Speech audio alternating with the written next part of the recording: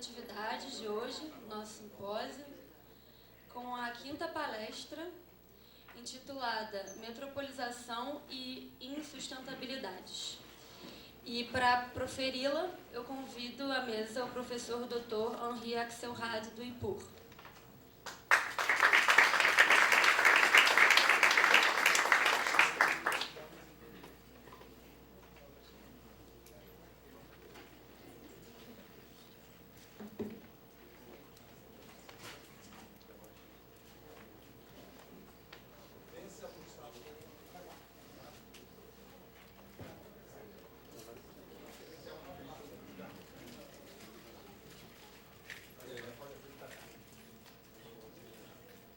Boa tarde a todos e todas. Agradeço o convite dos colegas da Geografia da PUC. Bom, essa oportunidade de trocar alguma informação e reflexão. Não sei se vou trazer muita novidade para alguns de vocês, que talvez já tivessem conhecimento ideias divulgadas em textos, etc. De qualquer maneira, na etapa atual, estou em vias de, pelo menos, enxugar um pouco, produzir uma estrutura que permite até melhor interagir com as reflexões de vocês e as questões que vocês possam trazer. A ideia de sustentabilidade, vocês sabem, dessa polissemia, desse caráter extremamente vago e impreciso, a noção, a maneira como nasceu, já marcada, né, por uma dimensão institucional associada ao projeto de um desenvolvimento sustentável. O desenvolvimento sustentável, propriamente dito, eu já andei falando, é uma maneira de você colocar um pouco de lado, tirando aquela definição também de per si extremamente vaga, você não sabe, né, uma declaração de intenção, né, o que vai se fazer com os recursos presentes em relação às gerações futuras. E é uma relegitimação, né, do desenvolvimento como uma ideologia, como um projeto imaginado e disseminado, e eu diria até com muito sucesso, enquanto algo necessariamente bom e desejável. Vocês sabem que, recentemente, a própria ideia de desenvolvimento entre os atores sociais de alguma forma, questionada. Estou pensando principalmente no debate latino-americano, das comunidades indígenas que tentam buscar, né, uma outra expressão para aquilo que seria uma construção coletiva de um futuro, mas suponho que tudo ainda é muito precariamente, e a ideia de desenvolvimento está vigorando aí. Então, na verdade, com meus alunos, a gente vai ler aquele capítulo dito conceitual sobre o desenvolvimento sustentável, para ver o que está se propondo fazer em nome desse termo. E lá nós descobrimos duas coisas. Primeiro, o crescimento econômico. Quer dizer, não há muita novidade, e a alegação é de que há pobreza no mundo, portanto é necessário crescer para acabar com a miséria. Bom, então, se é crescimento econômico, o que muda? Aí vem o segundo pé, progresso técnico, economias, matéria e energia, através de novos equipamentos. Eu, só de brincadeirinha, digo, bom, então é exatamente um projeto marxista, né? Porque é o que o Marx dividia em dois setores. Você tem justificativas de acumulação de negócios, de lucro, no departamento de bens de consumo, em nome de combater a pobreza, e de bens de capital, abrindo novas possibilidades de acumulação com equipamentos que serão, no caso, mais eficientes no uso de matéria e energia. Para dizer que, na verdade, nada muda, né? É apenas justificar aquilo que já existia e abrindo digamos, um argumento para um novo tipo de equipamento. Isso é o que o capitalismo fez o tempo inteiro, faz parte, né, da dinâmica da acumulação, a busca de inovações técnicas, por uma ou outra razão. Tradicionalmente era para a economia de trabalho, reduzir a dependência, agora tem essa forma de responder às críticas sociais e relegitimar, no caso, o desenvolvimento, e o próprio capitalismo também, em outros trabalhos de pesquisa, já mostra que ele tem essa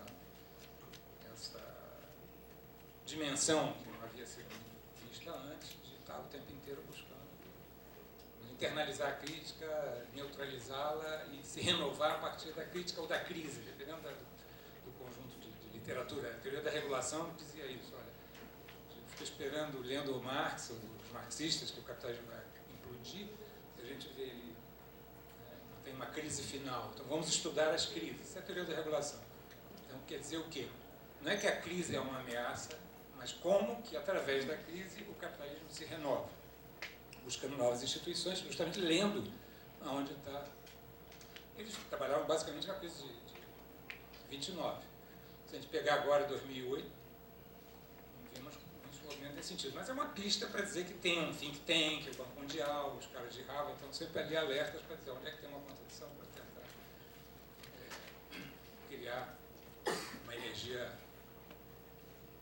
Bom, mas não é esse o tema, né? Então, no desenvolvimento sustentável está mais ou menos de lá, mas a sustentabilidade como uma noção, como trabalhar ela, como fazer pesquisa com ela, então a minha preferência seria, digamos, até uma abordagem pragmática, da sociologia pragmática, é ver como é que os atores sociais manejam dela, se apropriam, a ela atribuem sentido. De maneira da gente, pelo menos, ficar um pouco de lado e entrar na dinâmica da própria sociedade a partir de um enunciado, de uma enunciação. Né?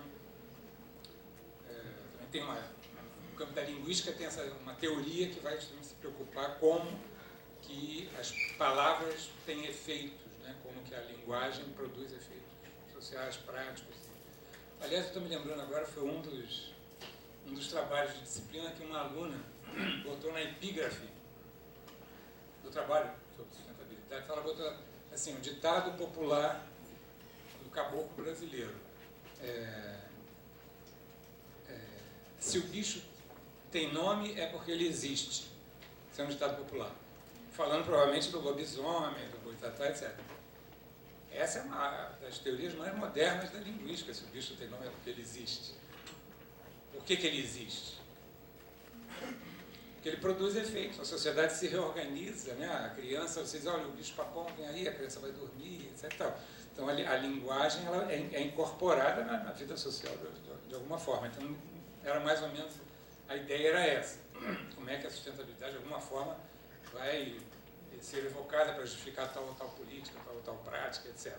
Ou tal ou tal grande empresa predatória, né, que acaba com as matas, com os rios, com a atmosfera, mas que vai lá batalhar para dizer que ela é a portadora da sustentabilidade, tentando disputar.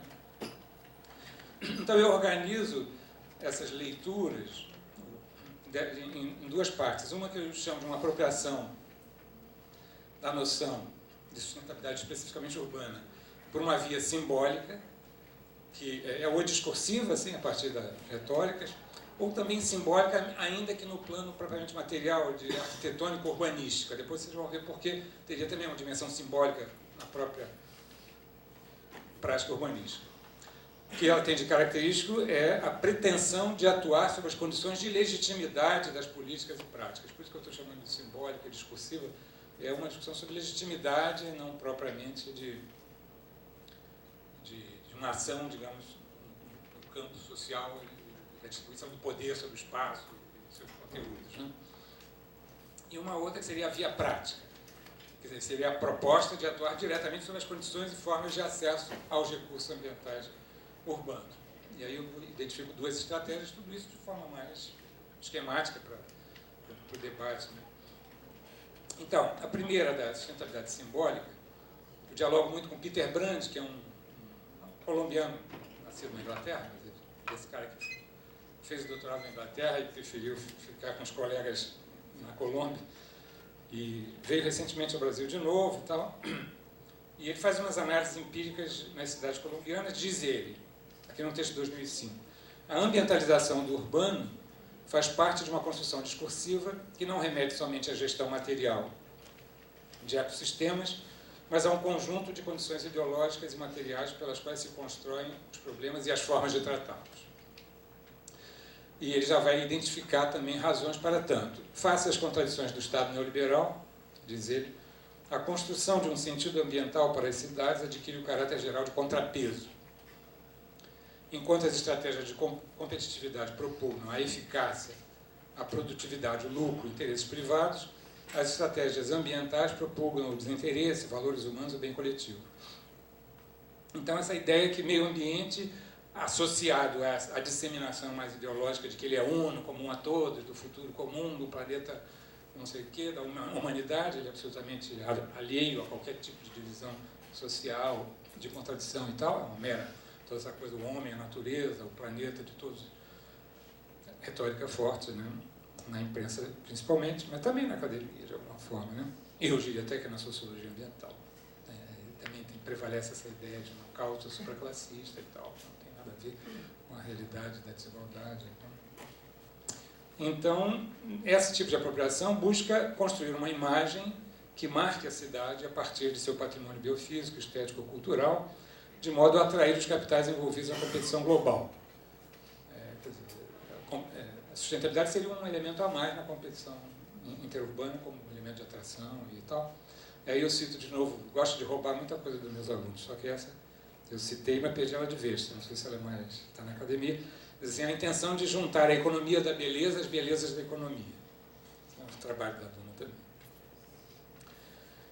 Aí, também, essa tese da Sylvie Emelianoff era uma geógrafa francesa, né? Cuja tese eu acho extremamente interessante, que parte de uma premissa semelhante a essa tática de pesquisa como a minha, do Peter Brandt. No entanto, creio que ela não continua nessa linha. Ela tem essa diferença entre que a pessoa quer ganho para uma discussão mais normativa, como fazer, por que fazer, e você vira um especialista de alguma coisa em nome da sua cabeça, como se fosse fazer um projeto. Mas ela não, ela fala, eu também prefiro acompanhar uma rede de cidades sustentáveis da Europa, né, que naquela época eram umas 100 cidades, eu acredito que agora muito mais, né? Acho que a tese dela é de 95. E ela ia às reuniões dessa rede e tal, e ficava lá anotando o que cada cidade dizia que fazia em nome dessa noção. A outra fazia e tal. Então, essa troca, digamos, de experiências e práticas, todas elas de atribuição de conteúdos e de práticas a uma noção prévia, independentemente do que a se definisse de tal ou qual forma. E aí ela sistematizou. Depois dessa todo acompanhamento, ela foi lá e disse, olha, tem todas elas estão metidas em 3 práticas, uma que chamam de descentralização, exemplo, legitimar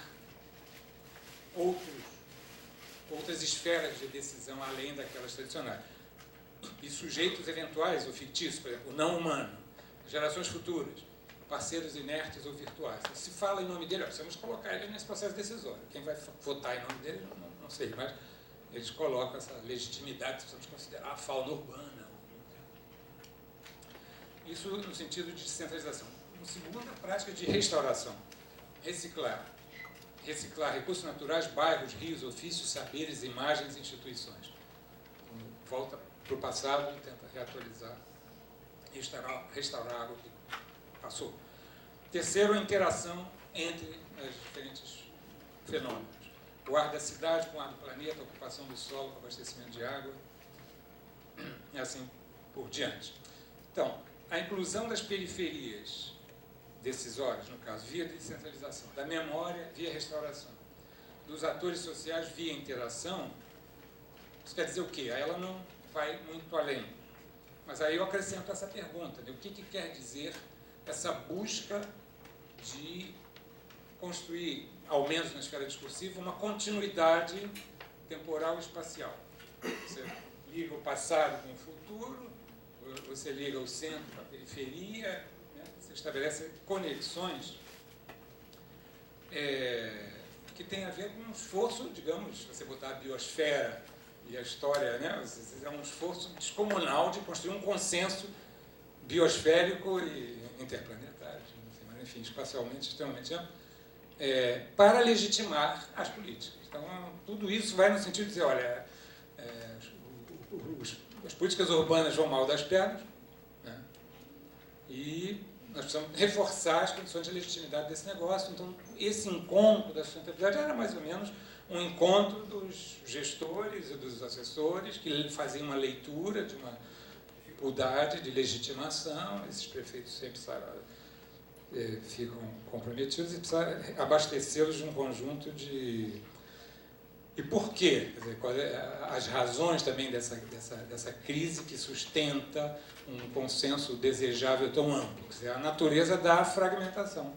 Quer dizer, a busca desse consenso simbólico é proporcional à natureza ou à profundidade da fragmentação do tecido social das cidades. Daí essa tentativa de recompor, né, de fazer um tipo de compensação, com o estabelecimento de ligações, seja por retóricas consensualísticas, seja por algumas práticas, essa que eu falei, urbanísticas, também, que têm sentido simbólico. Por exemplo, valorizar rios e fluxos, né?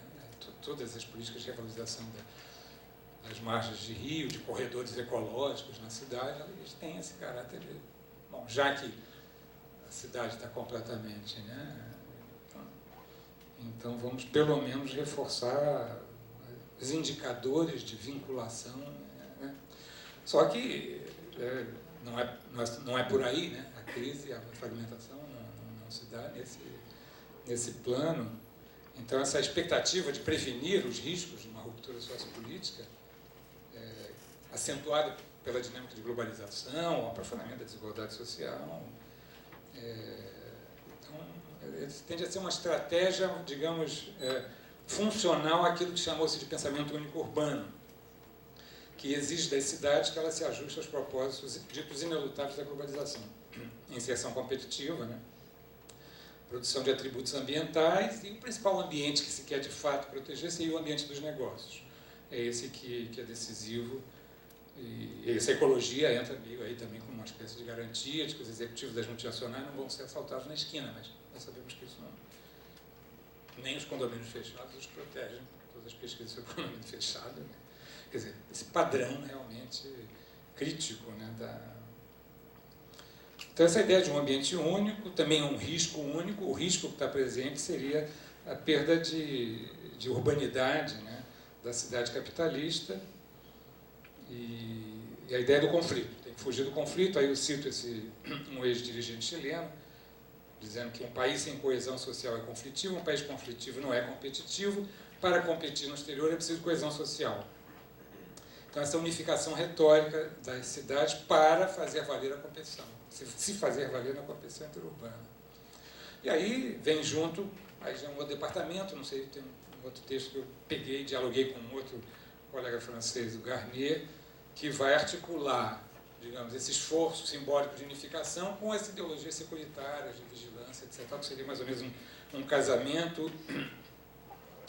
E essa ideia de que há uma violência urbana, ele diz ele, a violência não é urbana, ela acontece na cidade, não é uma violência social. Então, temos que associá-la à desigualdade social, todo esse esforço que foi feito de separá-la, de ignorar o debate eleitoral, né? E que as elites e a direita faz questão de separar, né, a violência da desigualdade, que é a maneira de você fundamentar o projeto de mais polícia. Né? Então, esse tipo de... A sociedade cada vez mais indo para a divisão.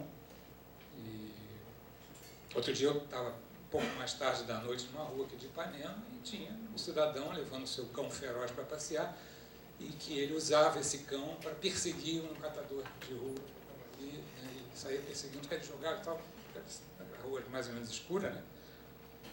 E me lembrou esse exercício agora eleitoral do mais polícia, justamente para destruir o desigual, o diferente, o dominado, né? Uma estratégia essa. Então, tudo aquilo que foi destruído justamente pela ideia de globalização, agora mesmo no outro debate me perguntaram sobre o empreendedorismo, o governo leva políticas para as margens, né, da sociedade, políticas empreendedoras, né, que cada um se transforma no empresário de si mesmo, e essa ideologia é disseminada, e depois você tenta reconstituir no lugar a solidariedade, a cidadania. E aí o título desse artigo, que eu roubei do Garnier, seria Vigiar e Unir, eis a agenda neoliberal para as cidades. Vigiar e unir é uma brincadeira com o texto do Foucault, de Vigiar e unir, então vigiar e unir seria esses dois pés. Né? Você até faz uma unificação retórica, nós somos todos, temos direitos iguais, temos o mesmo interesse em proteger a cidade, o planeta e a humanidade, mas as práticas são de conviver com a desigualdade e jogar a polícia em cima dos desiguais. E aí eu passaria, então, o que seria essa dimensão prática que tem, na verdade, o que eu estou chamando de prática, ela tem a ver com alguma proposta de manejo, digamos, da cidade e seus recursos, de forma absolutamente distinta, mas, de alguma forma, implica em alguma adoção de medidas que não são meramente simbólicas, né? E eu separo em dois: a modernização ecológica das cidades, que propõe economizar os recursos urbanos, economizar a cidade, e a outra, eu simplificando muito, né, o que eu estou chamando de justiça ambiental nas cidades. Então, a modernização ecológica é aquela definição que vocês sabem, que é genérica, né, sobre o mecanismo através do qual as instituições correntes, do capital, os Estados, internalizam a existência de uma questão ambiental, que não é desprezível, ela é relevante, e apresentam alguns caminhos para o seu tratamento: a economia de mercado, o consenso político e o progresso técnico. Seria mais ou menos o desenvolvimento sustentável, distribuído, né, nas suas componentes. O mercado não é responsável por nenhuma disfunção na reprodução, né, dos recursos ambientais. O progresso técnico, o relatório Bruta já mostrou que é o caminho, e o consenso político apenas para lembrar que nós estamos todos no mesmo barco. Aquelas ideologias do Garrett Hardin, né, não sei se vocês acompanharam aquela leitura da Ética do Bote Salva-Vidas, né, que nós estamos todas essas metáforas da nave espacial, da nave, nós estamos todos no mesmo barco. Só que vocês leram o Garrett Hardin, a Ética do Bote Salva-Vidas? É um malthusiano. Tem que ler, né? Porque o cara vai virar prêmio Nobel se estiver vivo, não sei. Porque ele é o mais citado ecólogo. É o cara mais reacionário, ideólogo social-darwinista e malthusiano, né?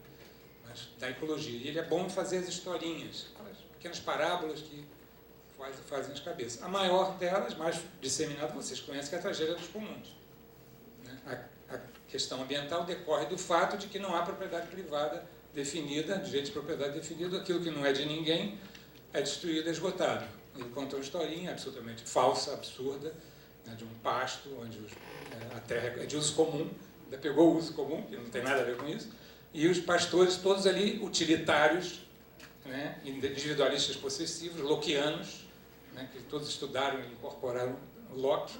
Eles querem cada vez botar mais carneirinho ali para se dar melhor. E ninguém pensa no todo. Aí cada um bota mais carneirinho, o pasto acaba, porque você tinha que definir. Para fazer justiça a ele, nesse texto, ele fala que ou você privatiza, ou você bota um Estado autoritário para botar moral, né?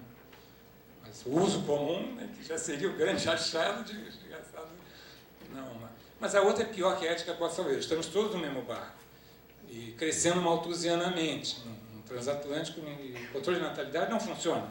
As instituições controlistas todas tentaram de todo jeito fazer, e não adianta que os pobres continuam crescendo.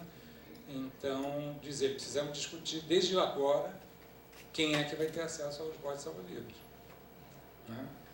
Então, esse é o texto. E quem é que ele diz que merece prioridade? Quem? Não são as mulheres e as crianças, tem gente que... são aqueles detentores dos acúmulos da civilização, ou primeiro mundo, que aqueles que vão passar para o futuro todos os tecnológicos, etc. Tal, essa civilização superior, não muçulmana, essas coisas. Enfim. E no caso, né, da modernização ecológica aplicada à cidade, né, o entendimento é de que ela é uma matriz técnica de consumo e transformação de matéria e energia. Quer dizer, não tem outra dimensão da urbanidade, da polis, etc. Você pensa nessa estoque, né, de fluxo, né? Eu me lembro de uma primeira... Fernando Henrique fez uma consultoria para Agenda 21, porque tinha que apresentar serviço internacional, ele não tinha Agenda 21, não precisava... eu me lembro que era a secretária da época, que tem outras missões agora, Ele disse assim, não, mas eu virei para ele e falei, mas como? Não tem, nós temos várias experiências, vamos juntar isso tudo, botamos aí, apresentamos para o Agenda 21. Então, eles organizaram vários seminários, contrataram umas consultorias e eu estava, na época, querendo saber o que se fazia em nome de Agenda 21. E tinham me convidado para participar de uma coisa, né, que eu tenho em Brasília. Eu fui para saber o que estava se dizendo. E era esse, né, que deve estar na internet até hoje, Cidades Sustentáveis. Né, Agenda 21, não sei o que, FHC. E tinha os consultores sentados na mesa, tinha um absolutamente convencido, esse sabia, um especialista, sabia exatamente tudo que era sustentabilidade. E dizia, cidade sustentável é a cidade que não desperdiça. É exatamente a materialização desse tipo de entendimento. Bom, aí tem várias maneiras, né, de você adotar ou propor uma racionalidade ecoenergética, em termos de economia de espaço, matéria e energia, ou então de um uso de uma metáfora de metabolismo urbano, uma cidade como um circuito, um pensamento mais biológico, né, um circuito ecossistêmico, de movimentos interativos, de circulação, intercâmbio e transformação de recursos.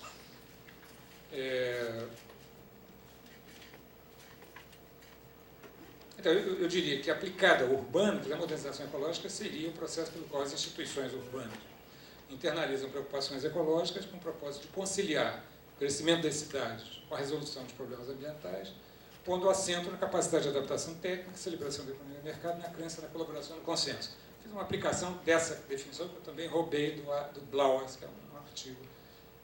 Vários escrevem sobre isso, mas eu achei que era bom, bem consistente, num artigo da Urban Futures, né, que eu cito sempre. Então, as considerações relativas a contradições urbanas estão ausentes, ou então supõe-se que o seu equacionamento derive naturalmente do livre funcionamento do mercado. Eu me lembro que eu já participei de mesas com o colega Eduardo Viola, que é um sociólogo ambiental meio pioneiro em trazer o tema para o Brasil, e, portanto, essa visão dele, absolutamente metafísica, está marcada ao longo da história, inclusive nas ciências sociais, essa visão, que é uma causa ambiental, etc. É universal, né? E que recusa, né, que o meio ambiente esteja associado a conflitos, a desigualdade.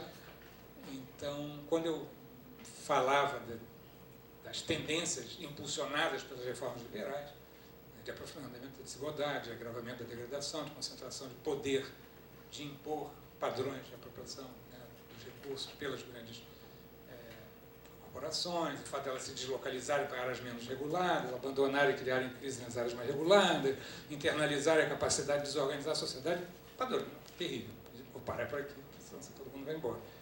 E ele, numa mesa, dizia, era uma mesa lá da AMPAS e tal, muito esperada, porque iriam rediscutir a obra dele, desse conceito de ambientalismo multissetorial. O ambientalismo é uma causa única, ter consciência ambiental, e os setores é todo mundo que participa, cada um na sua hora, mas se dão as mãos. Só que se pegar o navio do Garrett Hardin, alguém vai afundar sem estar prevenido para tanto. Então eu procurei para apresentar esse meu quadro de análise, e a intervenção dele foi essa. Eu concordo plenamente com o colega Henry aqui presente. Só que tudo que ele diz que é bom, eu acho que é ruim, tudo que ele diz que é ruim, eu acho que é bom. Por quê? Porque a liberalização, quer dizer, o livre mercado seria o portador da felicidade global, entendeu? Ele é que levaria as empresas a aperfeiçoarem seus processos, a protegerem, né, o planeta, etc. É uma questão mesmo de teoria, né? Daí essa pequena simetria entre as nossas posições. Bom, há outro projeto, que não é exclusivamente economicista e apolítico, que propõe técnicas. O próprio debate ambiental brasileiro, não acompanhei esse agora, mas a candidata mais próxima da causa ambiental, em 2010, o mais radical que ela dizia era: nós temos tecnologias, mas não as utilizamos. Em nenhum momento a ideia de que nós temos um território apropriado por meia dúzia de empresas monocultoras e minerárias, uma população gigantesca se escondendo na falta de habitação em cima do morro, tendo que se virar. Isso está mal. O projeto de ignorar a desigualdade num debate presidencial mostra onde estamos, né? Em matéria de irreflexividade, né? e despolitização. Esse negócio de acirramento político, quem dera que fosse um acirramento político. Acirramento político é que as ideias se estruturem, se oponham, se alimentem uma das outras, para avançar, né, respeitosamente e optando por paradigmas diferentes. Você falou que tem que liberalizar total, eu acho que não, e vamos argumentar como e vamos disputar, né? Enfim, despolitização, né? Na verdade. A tarefa ainda, o desafio ainda é construir e achar o espaço da política, né? Então, justiça ambiental na cidade, eu diria que o projeto é politizar a cidade, né? Considerá-la como um espaço político. Portanto, a sua materialidade é vista como politicamente construída, compreendendo, inclusive, os componentes não mercantis da existência cotidiana e cidadã das populações urbanas. Eu diria que a peculiaridade da questão ambiental, justamente, ela não é só o recurso, né, que está internalizado numa dinâmica de acumulação monetária, é tudo que está fora, que o pensamento neoclássico desqualifica atribuindo esse nome de externalidade. Isso aí não vamos teorizar, externalidade é tudo que não é mercado. Agora, só que eu estava acompanhando agora umas leituras sobre as políticas empresariais, nunca como antes, como agora, no neoliberalismo, os apóstolos do livre mercado, mas se adentram nas práticas da política, na ciência da política, embora não dê esse nome, que é governança, né? O governo privado das corporações, né? E assim por diante, capital social, gestão territorial, ancoragem territorial das empresas, e notadamente as estratégias de não mercado. Então eles inventaram o não mercado. Nós já estávamos um tempão mexendo nesse negócio, achando que o mercado era apenas uma parte da história. Eles descobriram, e não falam em outra coisa. Eu descobri também, lendo, me dão para dar parecer uma revista brasileira de gestão dos negócios, aí tinha toda uma sistematização e um debate internacional muito interessante. Quer dizer, é a política das empresas, é a produção empresarial da política. Eles chamam de não mercado, a corrupção, né, a relação com o cara dentro do Estado, o lobby, a divisão dos movimentos sociais, a espionagem em relação, né, que a empresa da mineração paga uma empresa de segurança para espionar movimentos, uma tarefa infindável. Tudo o não mercantil é uma coisa gigantesca. O ecológico, as relações. Então, a atmosfera, os cursos d'água, os sistemas vivos, o solo, isso aí tem toda uma dimensão não mercantil através da qual as práticas mercantis operam e, para simplificar, eu diria que através de uma privatização de fato, assim, né? Que existe desde da sua fundação. Eu tive aqui, acho que uns 15 dias, acho que eu botei uma citação do Alain Corbin, que é um historiador, eu diria que é o primeiro historiador do ambiente urbano, porque ele mostra como é que no nascimento da cidade industrial era absolutamente obsessiva a preocupação com os miasmas, as emanações telúricas da concentração de trabalhador na cidade e tal, da epidemia, não sei o quê. Mas era absolutamente tolerante à preocupação dos períodos, da ausência de preocupação em relação a emanações industriais. Então, desde logo, todos os engenheiros industriais, o pessoal da saúde pública, diziam assim, não, esse problema técnico vai ser resolvido tecnicamente, não tem que preocupar nada, e eram tolerantes, e que nem os conselhos de salubridade aprovavam tudo, dava brasa, que nem os conselhos de meio ambiente. E ele diz, há uma naturalização, né, desse fato social fundante do capitalismo, quer dizer, você privatiza, expulsa os camponeses, privatiza a terra, mas e o resto? O resto você não transformou num conjunto de outros bens comuns que não foram transformados em objeto de propriedade privada, você os privatiza à força. Quer dizer, a escala de intervenção da grande propriedade, ou industrial, ou agrícola, etc., em relação às águas e à atmosfera, ela se impõe com uma relação de força. Não é uma relação contratual, como o proprietário privado vai lá, expulso e bota na cadeia o suposto ocupante, mas as grandes atividades concentradas, a grande indústria da grande agricultura, vão privatizar de fato esses bens, cada vez, se for procurando chamar de bens comuns, para tentar repolitizar aquilo que foi despolitizado, desconsiderado como um espaço de exercício da força. Então, Outra dimensão que ressalta por esse olhar da cidade, da cidadania ou da não cidadania, é a distribuição desigual dos riscos urbanos. Quer dizer, não há um risco único, que é a ruptura das fontes de abastecimento, não há um risco único para o capital, nem de crise da urbanidade como essa que nós estamos vendo. Quer dizer, por que o capital ainda não se interessou em dar conta da questão do veículo automotor privado, unifamiliar, não sei o quê? Aparentemente seria um problema para eles. Essa é uma pergunta que eu coloco para vocês. Vamos deixar para o debate, talvez vocês me respondam. Teoricamente, a cidade do capital está engarrafada. E engarrafar o capital quer dizer o quê? Atrasar a circulação, o fluxo de circulação de dinheiro e de recuperação do investimento. Então, uma coisa esquisita aí que, convido vocês a me explicar. Então, na verdade, se pretende fazer durar a cidade, quer dizer, assegurar a reprodução das relações sociais na cidade, não apenas na sua materialidade, mas enquanto espaço de direitos. Então, na perspectiva da justiça, esse risco socialmente construído por diferentes atores em diferentes situações denuncia a desigualdade de acesso aos serviços urbanos, a concentração das ameaças sobre as populações de baixa renda e destituídas de meios de fazer escutar nas esferas de decisão. Eu não trouxe aqui, mas eu remeto vocês para aquele mapa do sociólogo Roberto Burlas, onde ele pegou essa espacialidade de um momento que condensava um pouco a história da discriminação social e racial pela distribuição dos depósitos de lixo químico legais no território dos Estados Unidos, todos eles em cima de comunidades de baixa renda e negras ou de grupos étnicos outros. Naquele mapa que está num dos livrinhos sobre justiça ambiental que a gente fez. Então, ao apontar a desigualdade ambiental, a categoria que sai daquela evidência empírica, que há um processo permanente mediado pelo mercado de terras ou pela omissão das políticas governamentais em organizar, em limitar essa dimensão discriminatória do próprio mercado, que os liberais logo disseram que não podem fazer nada, quer dizer, que as pessoas de baixa renda, menos valorizadas no mercado de trabalho, vão morar no solo de menor valor do lado do lixão, que isso está posto.